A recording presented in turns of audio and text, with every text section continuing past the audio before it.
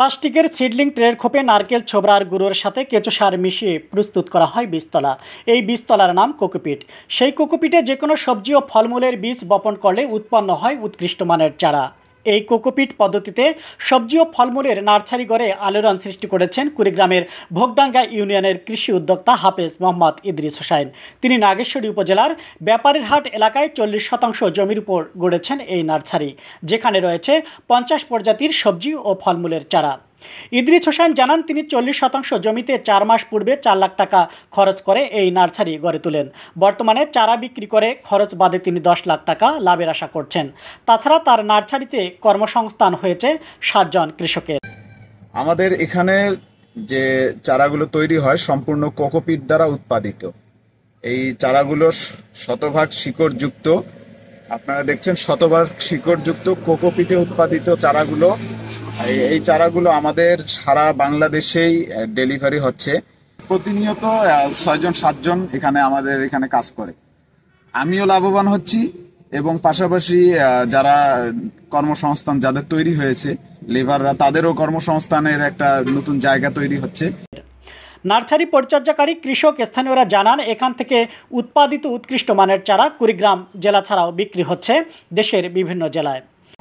এই নার্সারি কাজ করে মানে সবজি এবং বেগুন টেগুন মেলা কিছু আইটেম আছে।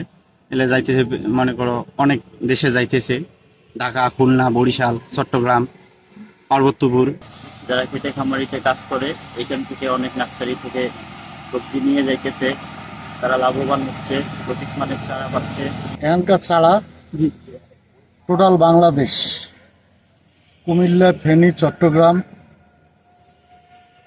খুলনা, রাজশাহী, সিলেট, নারায়ণগঞ্জ, মাওয়া, মুন্সিগঞ্জ, দিনাজপুর, সব জায়গায় এখানকার চারা চলে যায় আমাদের কাউন্টার থেকে। এখানকার নার্সারি অনেক ভালো। আমাদের এই চারা যাবে ফেনী মহিগঞ্জে এবং প্রতিনিয়ত আমাদের চারা সারা বাংলাদেশে চলে যায়। কুড়িগ্রাম কৃষি বিভাগ জানান, কোকোপিটে উৎপাদিত চারা মাটিবাহিত রোগমুক্ত থাকে এবং এই চারায় স্বল্প সময়ে অধিক ফলন আসে। কুড়িগ্রাম জেলার বিভিন্ন উদ্যোক্তা, নার্সারি যে যারা করছেন তারা এবং বিভিন্ন কৃষকরা সহ বিভিন্ন জায়গায় আমাদের নারিকেলের ছোবড়ার উপর অর্থাৎ কোকোপিটে খুব ঘন করে চারা উৎপাদন করা হচ্ছে।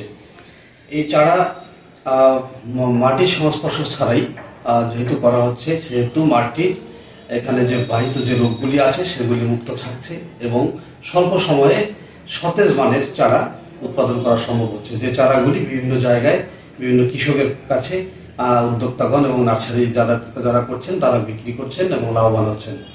জেলার কৃষি বিশেষজ্ঞরা মনে করেন, কৃষকেরা কোকোপিটে উৎপাদিত চারা রোপণ করলে অতি অল্প সময়ে অধিক ফসল উৎপাদন করে কৃষি অর্থনীতিতে গুরুত্বপূর্ণ ভূমিকা রাখতে পারবেন। রাশেদুজ্জামান তাওহিদ, গ্লোবাল টেলিভিশন, কুড়িগ্রাম।